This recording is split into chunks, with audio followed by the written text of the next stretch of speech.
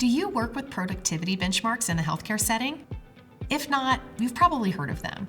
But are you able to differentiate a department's benchmark target from their productivity target in the budget? If not, this overview is for you. Just like with quality, patient satisfaction, or operational metrics, benchmarks, or a standard for comparison based on peer performance, is also used in the area of labor and productivity. In its most basic form, departments submit their volumes and hours to a vendor.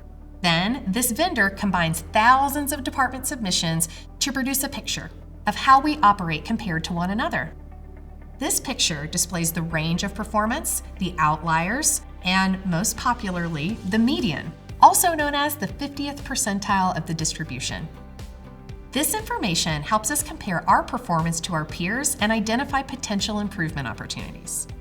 I have to be frank with you, obtaining the information is the easy part. The pressure comes when deciding what do we do with the information. In order to effectively leverage benchmarking to improve performance, but without inadvertently harming the organization, it's really important to remain committed to understanding the nuances of productivity benchmark data and avoid common pitfalls. Probably the most common mistake that we see is when executives look to benchmarks for the easy answer. You know, that silver bullet that solves all of our problems when we just pull the trigger. Anyone who is unwilling or unable to appreciate the nuances inherent to labor benchmark data runs the risk of making a short-sighted decision, and that decision could harm patients or even the hospital's long-term viability. Another common misstep we see is treating labor benchmarks as a management tool rather than what it is: information to support strategic decision-making during the annual budget process. It's critical that everyone involved understands the important difference between a benchmark target and a productivity target in your budget. Only that budgeted productivity target is one that we manage to on a daily basis.